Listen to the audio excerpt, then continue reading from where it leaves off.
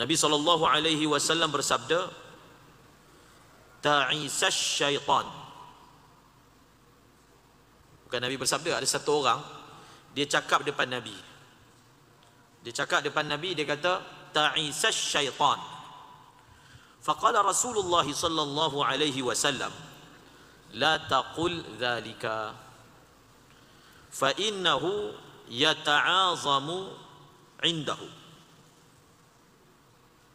walakin qul bismillahirrahmanirrahim fa innahu yasghuru hatta yasira aqalla min adh-dhubab.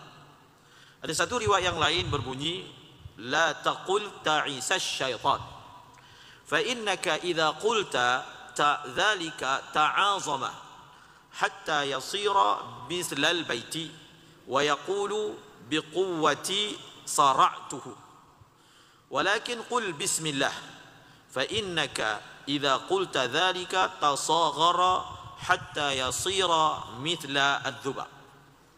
Ada satu orang lelaki, dia sebut depan Rasulullah. Dia sebut apa? Dia kata tak guna syaitan. Tak guna. Syaitan ni tak guna. Lebih kurang macam itulah terjemahan dia.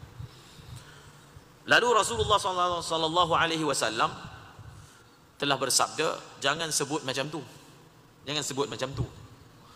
Kalau kamu sebut macam tu, syaitan ni dia akan berbangga, dia akan membesar sehingga dia menjadi besar seperti sebuah rumah. Dia akan menjadi membesar seperti sebuah rumah. Tetapi sebutlah bismillahirrahmanirrahim. Sebutlah apa? Bismillahirrahmanirrahim. Kerana kalau kamu sebut bismillahirrahmanirrahim, maka syaitan ni dia akan menghina, dia akan terhina, dia akan mengecil, dia rasa terhina, dia rasa mengecil sehingga tubuh dia jadi kecil sampai dia jadi lebih kecil daripada seekor lalat. Dia jadi lebih kecil daripada seekor lalat. Jadi ini adalah merupakan fadilat membaca bismillahirrahmanirrahim. Ada riwayat daripada cucu Rasulullah, Ja'far As-Sadiq, cicit Rasulullah, beliau mengatakan al-basmalatu tijanus suwari. Beliau mengatakan apa? Beliau mengatakan bismillahirrahmanirrahim ini adalah merupakan mahkota bagi surah. Setiap surah dia ada mahkota dia. Mahkota ni kita letak kat mana? Kita letak dekat kepala.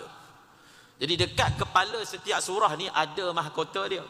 Dan mahkota bagi setiap surah itu adalah bismillahirrahmanirrahim. Kemudian dalam Al-Quran kita ada 114 surah. Semua surah dimulakan dengan bismillahirrahmanirrahim, kecuali satu surah, yaitu surah Taubah, ataupun dia juga dipanggil surah Bara'ah. Surah Taubah ataupun surah Bara'ah ni dia juzuk 10. Buka juzuk 10 adalah namanya surah Taubah, Bara'atum minallah, permulaan dia. Surah Bara'ah ini tidak ada bismillah. Bahkan kalau kita baca dan kita mulakan dengan bismillah, hukumnya makruh. Hukumnya makruh. Tak disunatkan membaca bismillah di awal surah. Maknanya apa? Maknanya ada 114 surah, tapi bismillah yang ada di awal surah ni hanya ada 113 sahaja. 113 sahaja. Tetapi ada satu surah yang mana di tengah-tengah surah tu ada sebut ataupun ada ayat bismillahirrahmanirrahim. Kalau kita ambil yang itu, maka jumlah dia jadi 114 juga. Surah apa? Suratul Namal. Jadi siapa yang ada kitab, buka surah Namal, surah semut. Surah semut, buka surah semut. Dalam surah semut ni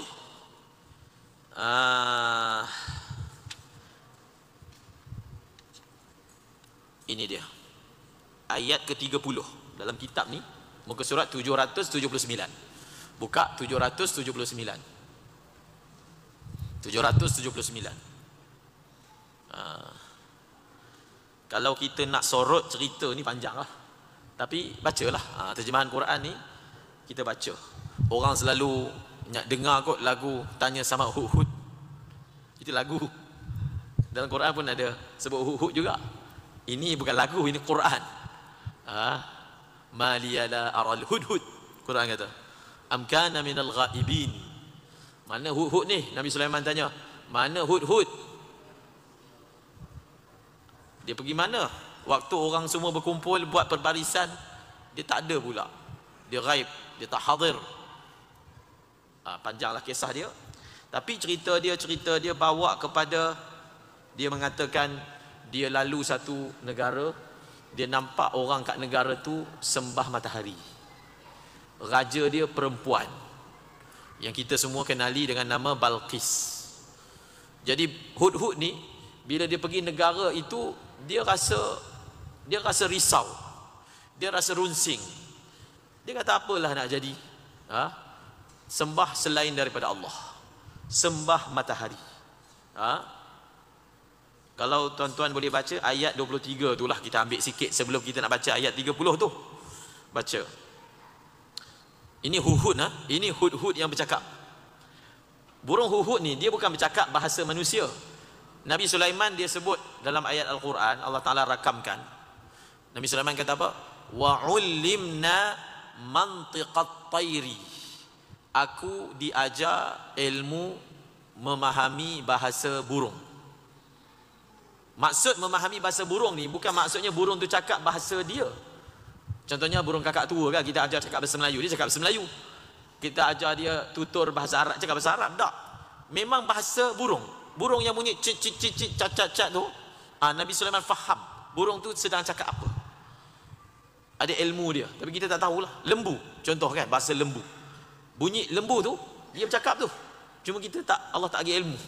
Allah Ta'ala tak bagi kita ilmu sehingga kita faham dia sedang berinteraksi apa. Tapi burung Hud-Hud dia telah bercakap. Dia kata apa? Ayat 23, ayat sebelah tu, 778. Inni wajadtu imra'atan tamlikuhum wa utiyat min kulli syai'in wa laha 'arsyun 'azim. Ini perkataan Hud-Hud. Sesungguhnya aku mendapati seorang perempuan yang memerintah mereka, dan dia dianugerahkan segala sesuatu yang diperlukan, serta memiliki singgasana yang besar. Bila dia terbang, dia tengok daripada atas, dia buat laporan. Dia kata pertama dia nampak ada satu negeri, raja dia perempuan, ratu. Yang pertama. Yang kedua, mempunyai kekayaan yang sangat banyak, sehingga semua benda diberi kepada dia. Yang ketiga, yang menarik perhatian Hud-Hud ni, singgah sana ratu itu duduk, singgah sana itu besar. Itu tak apa lagi. Sebenarnya perkara itu bukan merunsingkan dia, sebab dia ini bekerja dengan raja yang lagi besar daripada Balqis tu, Nabi Sulaiman. Jadi kalaulah Balqis ni dapat berapa banyak pun kekayaan, Nabi Sulaiman lagi dapat banyak lagi daripada raja dia. Tetapi yang merunsingkan dia yang ayat nombor 24. Wajadtuha wa qaumaha yasjuduna lisyamsi min dunillah wa zayyana lahum asyaitanu a'malahum fasaddahum 'anis sabili fahum la yahtadun. Ini kata Hud-Hud. Dan aku mendapati dia dan kaumnya menyembah matahari, bukan kepada Allah. Dan syaitan telah menjadikan perbuatan syirik itu dirasakan elok bagi mereka, sehingga menghalang mereka dari jalan yang benar. Oleh itu mereka tidak mendapat hidayat petunjuk. Yang ni, dia kata yang ni yang dia tak puas hati. Dapat sebanyak kekayaan seperti itu, sembah selain daripada Allah. Siapa yang buat mereka jadi macam ni? Syaitan. Syaitan. Kemudian Hud-Hud sambung lagi. Hud kata, alla yasjudu lillahi alladhi yukhrijul khaba'a fis samawati wal ard wa ya'lamu ma tukhfuna wa ma tu'linun. Mereka dihalangi oleh syaitan supaya tidak menyembah Allah yang mengeluarkan benda yang tersembunyi di langit dan di bumi, serta mengetahui apa-apa yang kamu rahsiakan dan apa-apa yang kamu zahirkan. Kemudian Hud kata lagi, Allahu la ilaha illa huwa rabbul arshil azim. Allah tidak ada Tuhan melainkan Dia, Tuhan yang mempunyai arasy yang agung. Tuan-tuan cuba bayangkan, ini adalah perkataan seekor burung. Kalau kita renung betul-betul perkataan dia, burung lagi mengenal Allah daripada manusia. Burung lagi reti nak cerita tentang Allah daripada manusia, yang sebenarnya lagi mempunyai lidah.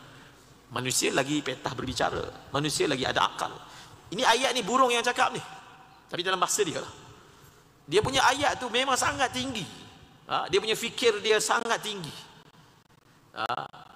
Pertama sekali yang menarik perhatian kita, burung ni dia risau tengok ada orang tak sembah Allah. Tapi manusia, anak dia tak semayang pun kadang-kadang tak ada risau. Anak dia tu dalam rumah dia tak semayang. Tak semayang ni kira tak sembah Allah lah.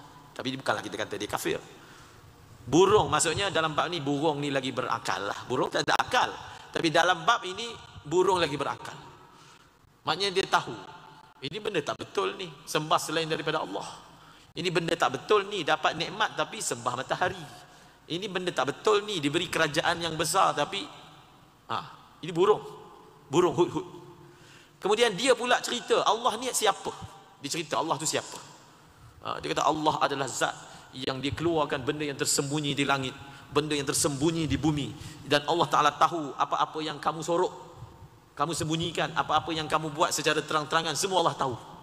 Dan dialah Allah yang tiada Tuhan melainkan Allah, dan Allah adalah pemilik arasy yang maha agung. Ini perkataan Hud. Dia cakap depan siapa? Dia cakap depan Nabi Sulaiman alaihi salam. Maka sebab itu cara ulama nak pujuk ataupun kita pujuk diri kita, mana adakah kita ini terlalu naif? Sedangkan kita ini sebaik-baik makhluk, lebih baik daripada burung, tapi terlalu naif sehingga kita tak boleh nak bicara tentang Allah, tak boleh nak cerita tentang Allah. Ada makhluk yang bukan manusia yang lebih mahir dan faham tentang Allah berbanding kita. Kemudian Nabi Sulaiman setelah mendengar laporan daripada Hud, Nabi Sulaiman berkata, qala sananzuru asadaqta am kunta minal kadhibin. Sulaiman berkata, kami akan fikirkan dengan sehalus-halusnya, sama ada yang kamu katakan itu benar atau kamu termasuk dalam golongan berdusta. Kemudian Nabi Sulaiman suruh burung Hud bawa surat. Kita tahu kan macam mana kalau dulu sistem menghantar surat pakai burung, orang pakai burung merpati kan. Ini pakai burung Hud. Nabi Sulaiman berkata kepada burung Hud, idhab bi kitabi hadza fa'alqih ilaihim thumma tawalla anhum fanzur madza yarji'un. Pergilah dengan membawa suratku ini, lalu campakkanlah kepada mereka, kemudian berundurlah daripada mereka, lalu perhatikan tindak balas mereka. Nabi Sulaiman, Allah memberi kelebihan kepada beliau, boleh tundukkan makhluk selain manusia. Dia boleh tundukkan burung, dia boleh tundukkan angin, dia boleh tundukkan syaitan, dia boleh tundukkan jin. Dia boleh tundukkan. Jin bekerja untuk Nabi Sulaiman. Nanti kita akan baca ayat Quran yang menerangkan bagaimana jin bekerja dengan Nabi Sulaiman. Bagaimana angin tunduk di bawah perintah Nabi Sulaiman. Siapa yang bagi? Allah lah yang bagi. Itu bukan kuasa independen Nabi Sulaiman, Allah yang bagi. Kemudian bila surat itu jatuh daripada atas, maka Balqis bila dia dapat surat tu, dia kata dekat menteri dia. Dia kata apa? Ayat 29. Qalat ya ayyuhal mala'u inni ulqiya ilayya kitabun karim. Setelah membaca surat itu, ratu itu berkata, wahai ketua-ketua kaum, sesungguhnya telah disampaikan kepadaku sepucuk surat yang mulia. Ulqiyah, sebab surat itu datang dari langit. Burung yang lempar, sebab itu dia guna perkataan dicampakkan. Kalau orang hulur, kalau burung campak daripada atas, jatuh surat. Telah dicampakkan kepada aku surat yang mulia. Ini satu perkara. Nabi, walaupun Balqis ni dia ratu, tapi dia ni antara dalam sejarah manusia, dia antara ratu yang bijak. Dia tak gopoh. dia tetap panggil surat tu sebagai surat yang mulia. Walaupun isi kandungan itu seperti mencabar dia, tapi dia perempuan yang waras, dia ratu yang bijak. Sebab itu nak boleh perempuan jadi ketua raja kepada sebuah negara ni susah. Tapi dalam sejarah ni adalah seorang seperti yang kita panggil Bilqis, yang dia tidak menggelabah. Bahkan dia panggil surat ni surat mulia. Boleh kita katakan ini adalah surat G2G, government to government, antara raja dan raja. Dan Nabi SAW dalam menyampaikan dakwah, kalau Nabi dakwah kepada raja, Nabi akan hantar surat. Akan hantar satu orang, bawa surat hantar kepada Kaisar, bawa surat hantar kepada Kisra, bawa surat hantar kepada Muqawqis, bawa surat hantar kepada raja-raja Arab. Nak menunjukkan bahawasanya untuk dakwah raja-raja ni dia ada skill dia ada hikmah dia. Bukan kita bantai depan-depan orang, itu bukan hikmah yang betul yang diajar oleh agama Islam. Dia ada hantar surat, maksud secara diam-diam, bukan secara kita memalukan dia. Itu bukan cara untuk dakwah pemimpin. Dengan cara kita hantar orang, hantar surat, menasihati secara diam. Kalau seorang tu dia betul ikhlas nak menasihati pemimpin, itulah cara dia. Tapi kalau dia bercakap dengan memaki, maknanya dia ada kehendak peribadi ketika dia menyampaikan ucapan tersebut. Okey. Kemudian isi yang kita nak baca yang ni lah. Apakah isi surat tu? Ini surat G2G ni.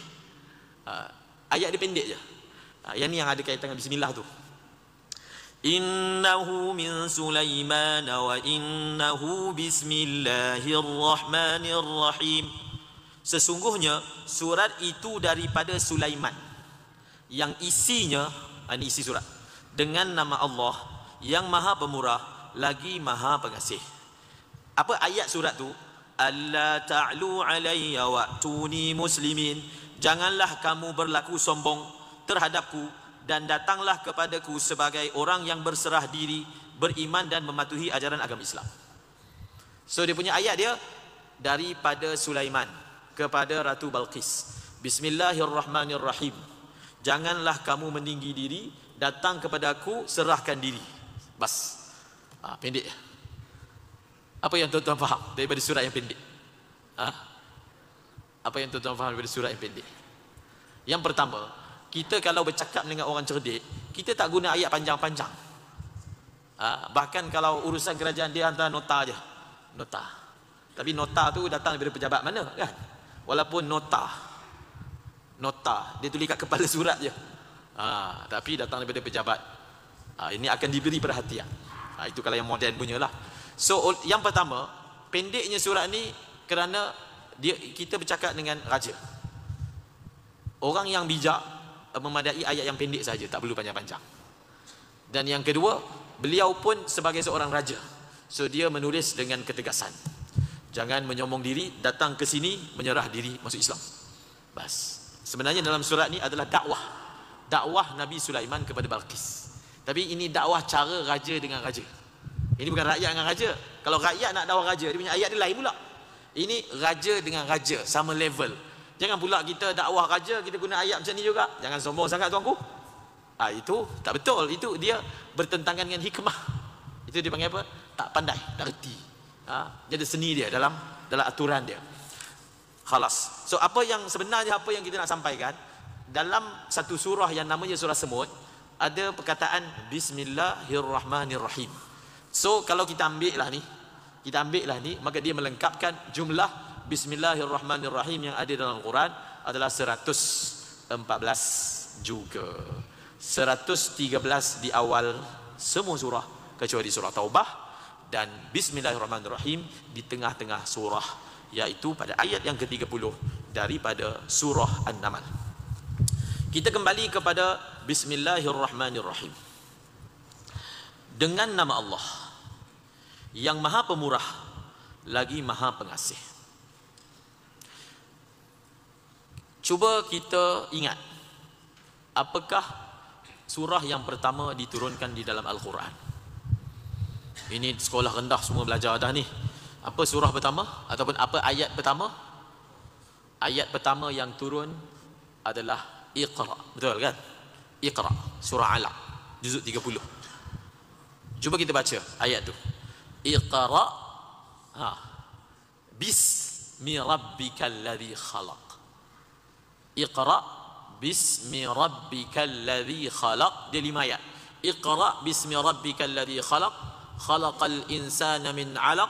Iqra wa rabbukal akram alladzi 'allama bil qalam 'allamal insana ma lam ya'lam. 5 ayat. Bukan satu surah yang diturunkan, 5 ayat diturunkan. Ini adalah ayat yang pertama turun. Paling pertama dekat Gua Hira. 5 ayat dalam surah Al-Alaq. Dalam 5 ayat itu dimulakan dengan apa? Bacalah olehmu dengan nama Tuhanmu. Ini highlight dia. Maksudnya apa? Maksudnya perintah Allah kepada Nabi untuk baca Al-Quran paling mula-mula sekali dimulakan dengan arahan bacalah Quran ini dengan nama Allah. Dengan nama Allah. Dan rupa-rupanya perintah yang sama kepada kita semua untuk kita mula membaca Al-Quran ini pun mula dengan nama Allah. Ayat yang pertama, Iqra bismi rabbikal ladzi khalaq. Ayat ini sebenarnya setiap kali kita baca Quran, kita amalkan ayat Iqra. Setiap kali. Setiap kali saya baca Fatihah, saya akan kata Bismillahirrahmanirrahim. Sebenarnya saya secara tidak langsung mengamalkan perintah Allah yang pertama kepada Rasulullah. Iqra bismi rabbikal ladzi khalaq. Bacalah olehmu dengan nama Tuhanmu yang telah mencipta. Itu poin yang pertama. Kaitan apa? Antara ayat yang pertama dengan Bismillahirrahmanirrahim. Kemudian apa makna dengan nama Allah? Dengan ni kalau dalam bahasa Arab dipanggil huruf jar. Kalau dalam bahasa Melayu dipanggil apa? Kalau bahasa Inggeris dipanggil apa? Junction. Maksudnya dia kata penghubung. Kan ayat tengah-tengah dengan. Apa yang dengan? Saya datang dengan kamu. Itu baru ayat penuh, betul tak? Tiba-tiba dengan kamu, itu kan ayat tergantung. Dengan kamu. Apa yang dengan kamu? Saya datang dengan kamu. Dengan kamu. Apa? Saya rindu dengan kamu, contohnya. Jadi kan perkataan dengan tu dia panggil, kalau bahasa Arab dia panggil huruf jar. Ayat kat tengah-tengah. Ayat penyambung. So apa yang dengan? Apa yang dengan? Dengan nama Allah. Maksudnya saya baca Al-Quran ini dengan nama Allah. Itu maksud dia.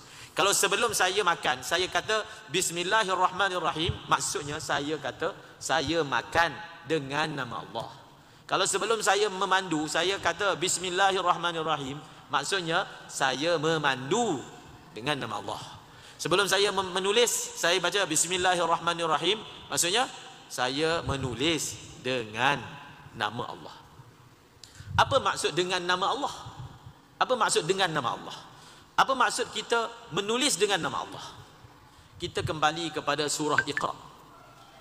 Rasulullah ketika disuruh baca,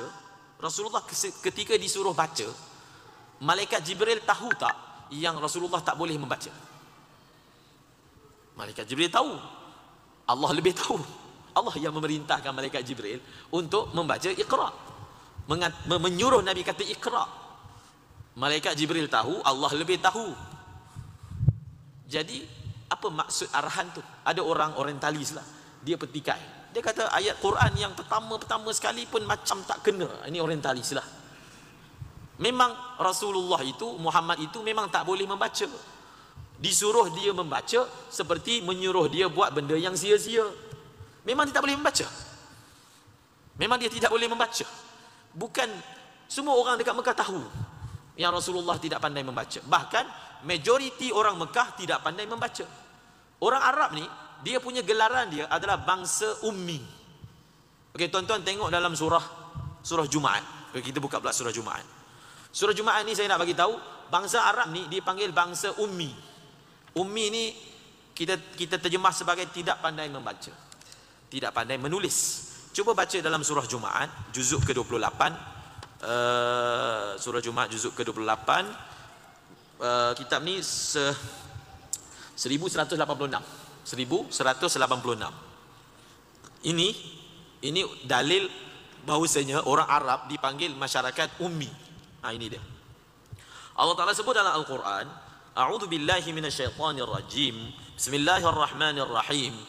Yusabbihu lillahi ma fis samawati wa ma fil ardil malikil quddusil azizil hakim. هو الذي بعث في الأميين رسولا منهم يتلو عليهم آياته ويزكيهم ويعلمهم الكتاب والحكمة وإن كانوا من قبل لفي ضلال مبين. Kita terus baca ayat yang kedua.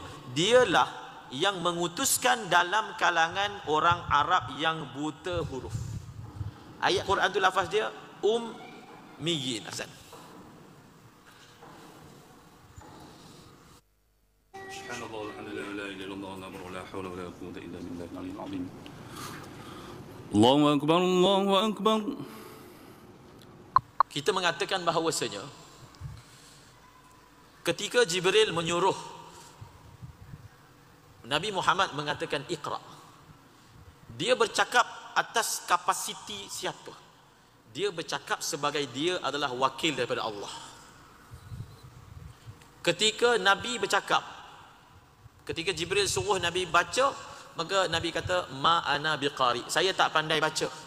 Nabi bercakap atas kapasiti dia sebagai manusia yang memang tak tahu membaca.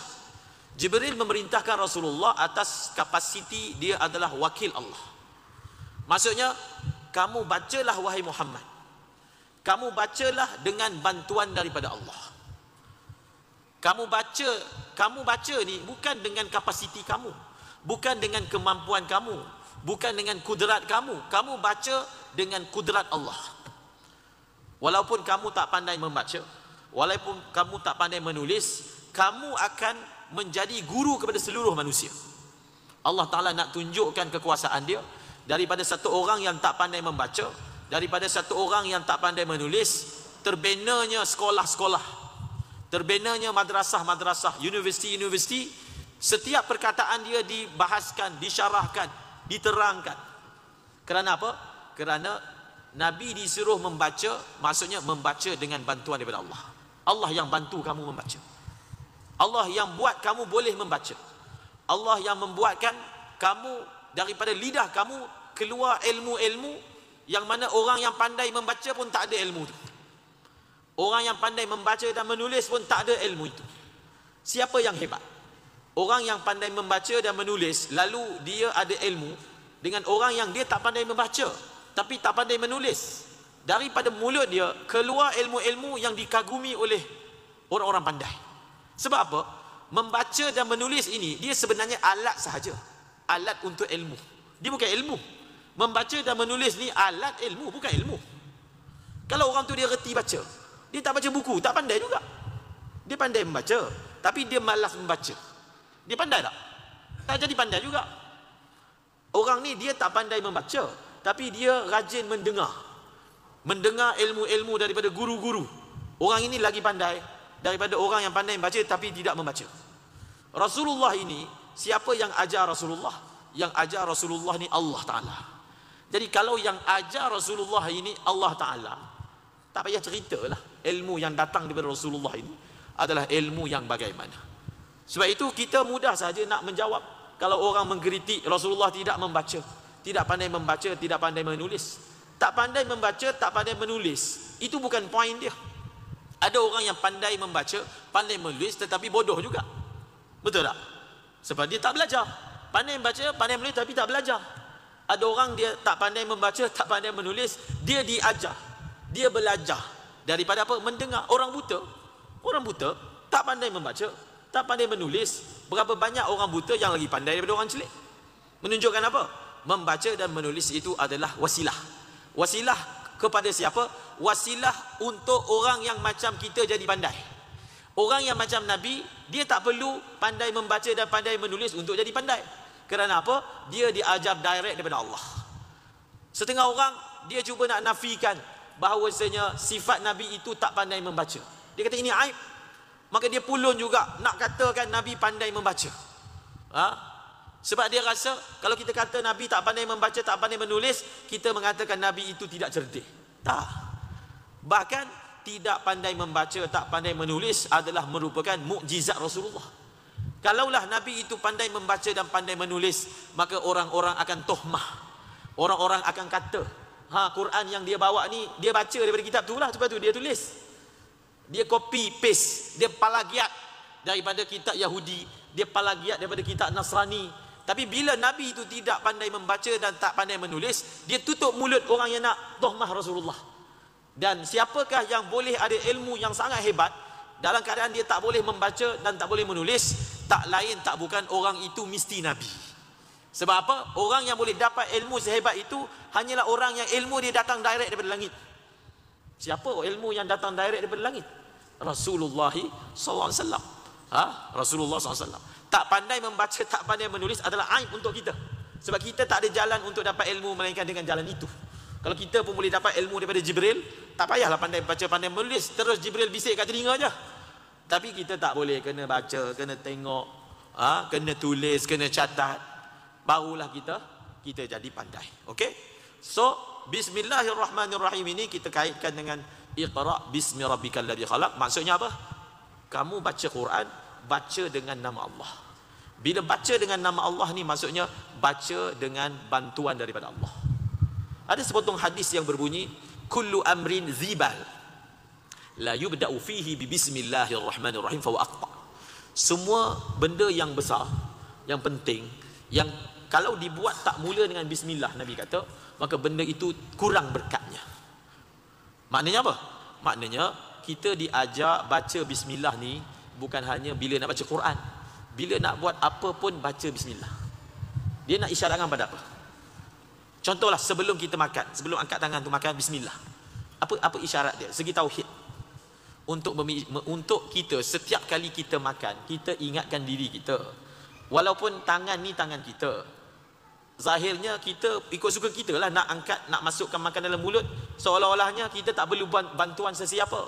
Tetapi setiap kali kita makan, kita nak ingatkan diri kita, kita nak boleh masukkan makanan ke dalam mulut pun dengan nama Allah, dengan bantuan Allah. Kalau Allah tak izinkan tangan ni tak boleh gerak, walaupun hanya tak sampai 1 meter daripada bawah nak angkat makanan masuk dalam mulut, kalau Allah kata berhenti, tangan tu tak boleh gerak, maka saya makan ni daripada bawah naik ke atas, daripada bawah naik ke atas, ini semua adalah dengan bantuan daripada Allah.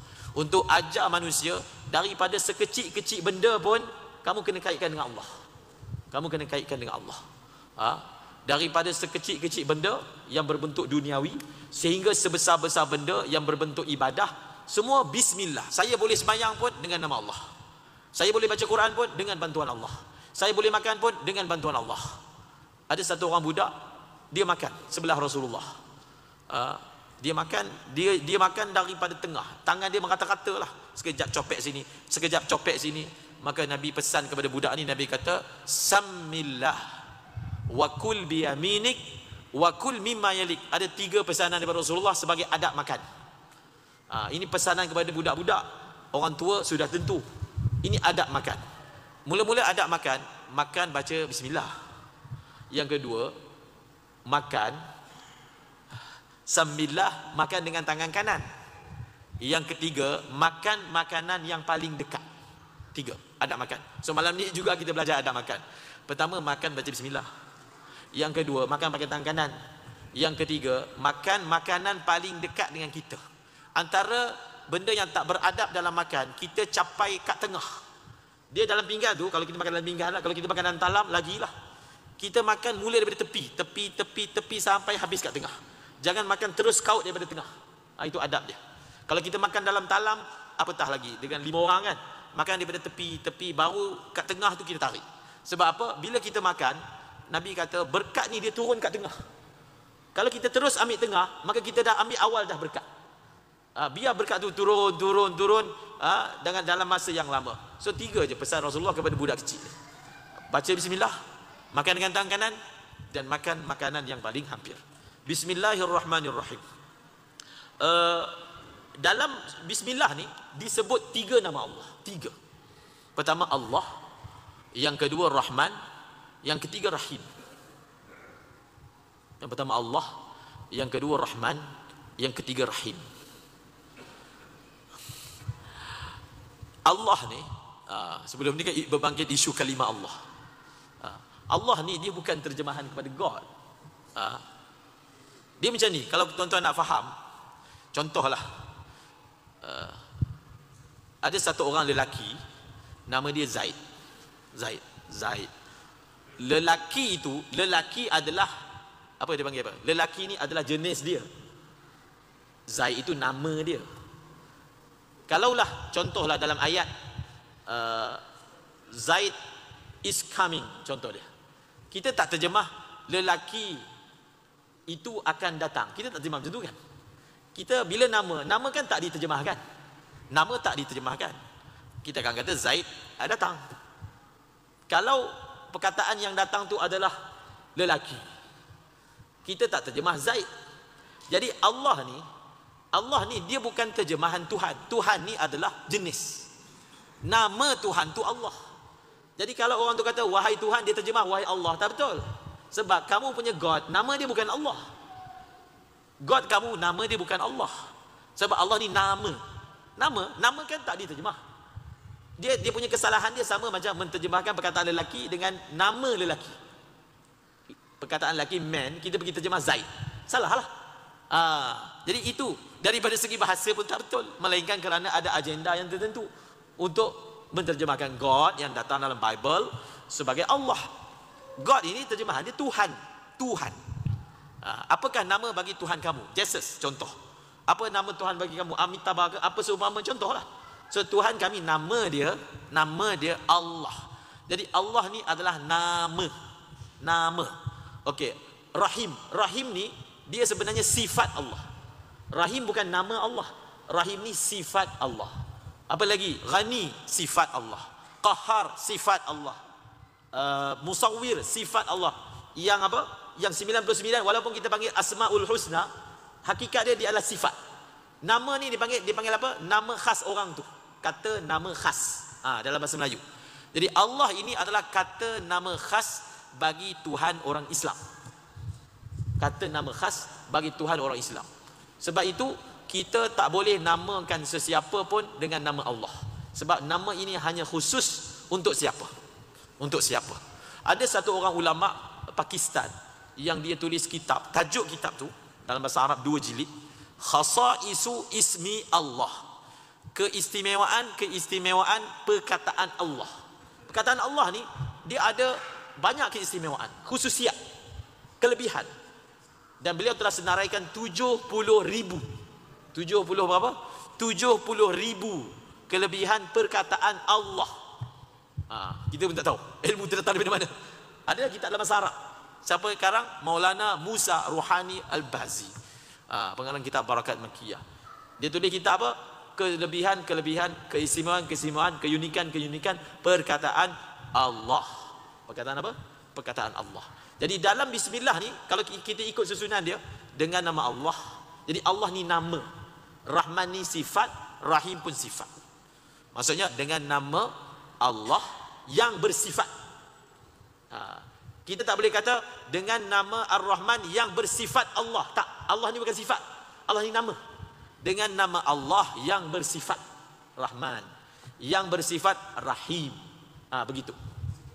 Ketika orang musyrikin dia tanya Nabi, Tuhan kamu ni macam mana? Kita ni, kalau orang tanya kita, orang bukan Islam nak kenal Tuhan orang Islam, Allah ni siapa?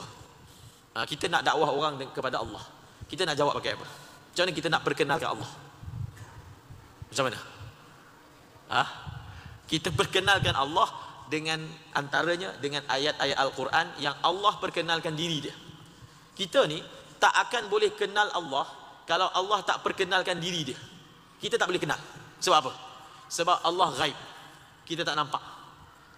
Maka kita hanya boleh akses. Maksudnya apa cara manusia dia boleh akses sehingga dia kenal Allah?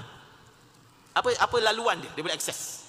Laluan akses adalah pemberitahuan daripada Allah melalui Rasulullah. Daripada pemberitahuan Allah kita kenal Allah. Maka sebaik-baik cara nak kenal Allah ialah melalui Al-Quran dan melalui Rasulullah. Itulah medium paling terbaik kita kenal Allah. Sebab Allah sendiri, istilah dia, Tuhan punya zat yang kenalkan diri dia. Sudah tentulah itu medium yang terbaik untuk kita kenal Allah. Maka dalam awal surah Fatihah, Bismillah tu, dalam banyak-banyak sifat Allah telah dipilih dua sifat. Sifat pertama Maha Pengasih, sifat kedua Maha Penyayang. Dia punya soalan dia, Allah ada 99 sifat, bahkan ada lebih daripada itu, tak terhitung banyaknya. Kenapa daripada banyak-banyak sifat dipilih dua sifat ini sebagai permulaan bagi seluruh Quran? Mestilah ada hikmah dia, mestilah ada keunikan dia. Kenapa tak mulakan Bismillahil Ghaniyil Hamid ke contoh dia, Bismillahil Musawwiril Bari ke, Bismillahil Ghafuril Ghaffar ke, dan seumpamanya kan. Tapi dimulakan dengan Bismillahirrahmanirrahim. Okey, sebelum itu, waktu pun dah habis, kita mengenal Allah melalui Allah memperkenalkan diri dia. So kita boleh mulakan pertama sekali dengan surah Ikhlas. Jadi ketika orang musyrikin tanya Nabi, Tuhan kamu ni macam mana? Buat daripada emas ke? Buat daripada perak ke? Maka turunlah ayat Al-Quran yang kita panggil surah Ikhlas. A'udzu billahi minasyaitonir rajim. Bismillahirrahmanirrahim. Qul huwallahu ahad, Allahus samad, lam yalid wa lam yulad wa lam yakul lahu kufuwan ahad. Bagi tahu kepada orang yang nak kenal Allah, bagi tahu kepada orang yang tanya, siapakah Allah? Ini jawapan dia. Katakanlah wahai Muhammad, dialah Allah. Dialah Allah. Maksudnya nama dia Allah. Nama dia Allah. Sebelum tu ulama kata Quran tidak mengisbatkan kewujudan Tuhan. Tak. Dalam Quran ni, Quran tak sibuk nak bagi tahu Tuhan itu wujud. Sebab apa? Sebab secara umumnya semua manusia percaya dengan fitrah dia, Tuhan itu wujud. Kesalahan manusia adalah menentukan siapa Tuhan.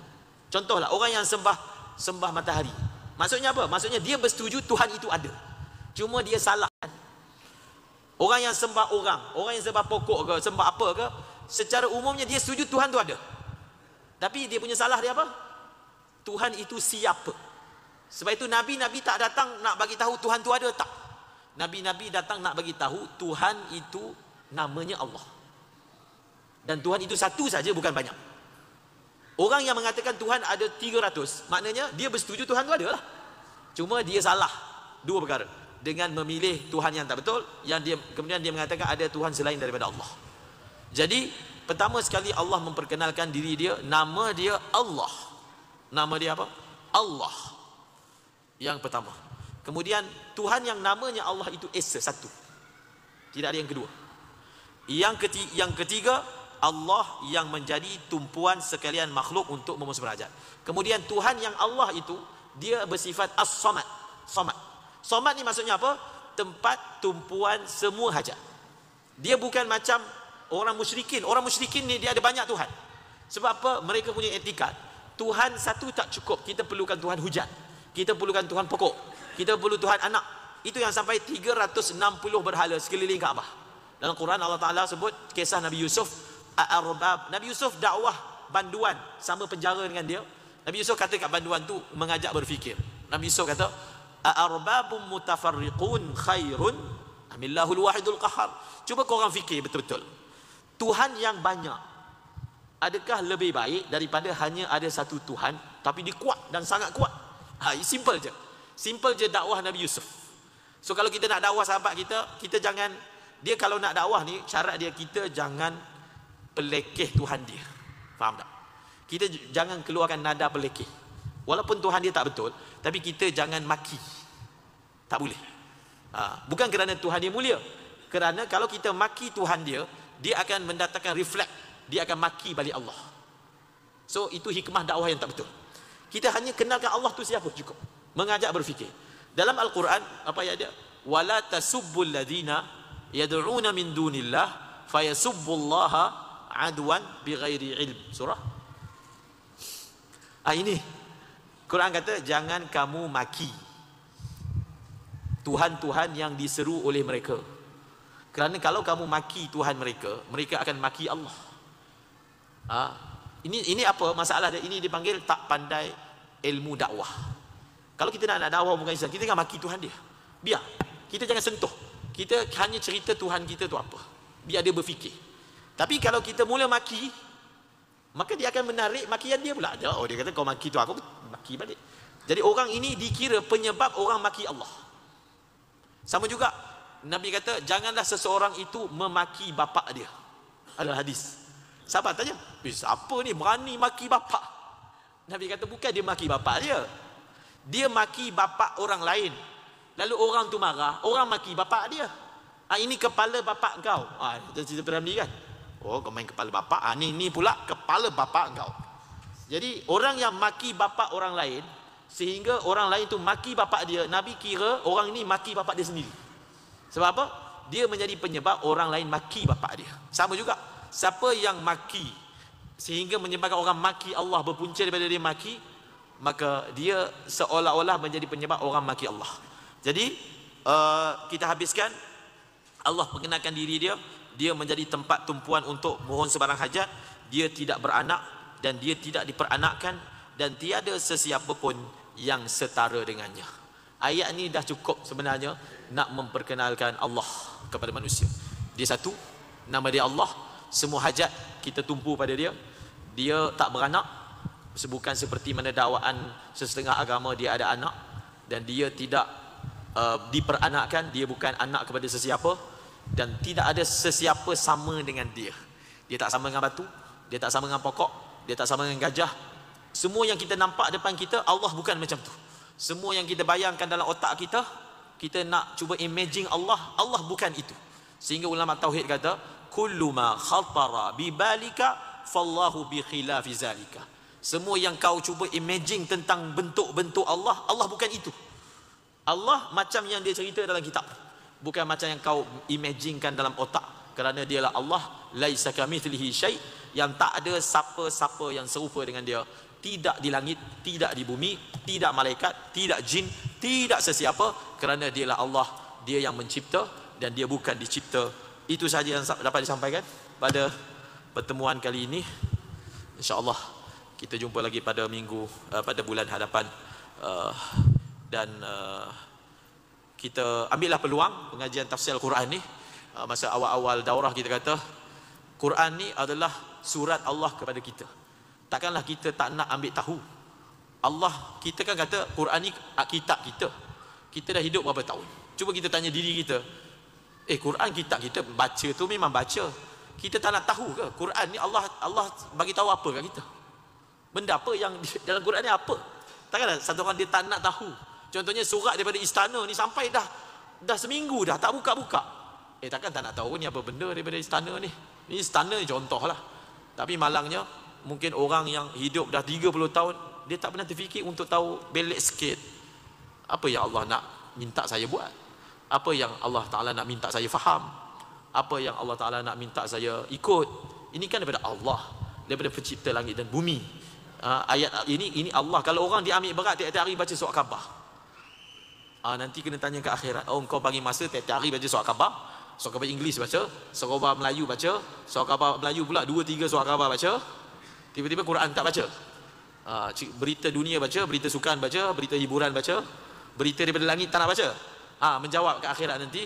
Kalau kita rasa kita boleh jawab, kita teruskan insya-Allah. Jadi semoga Allah beri taufik kepada kita semua, yang mengajar, yang mendengar, kita semua dapat mendapat nur cahaya daripada Al-Quran Al-Karim. Wallahu a'lam bissawab wa ilaihil marji'u wal ma'ab.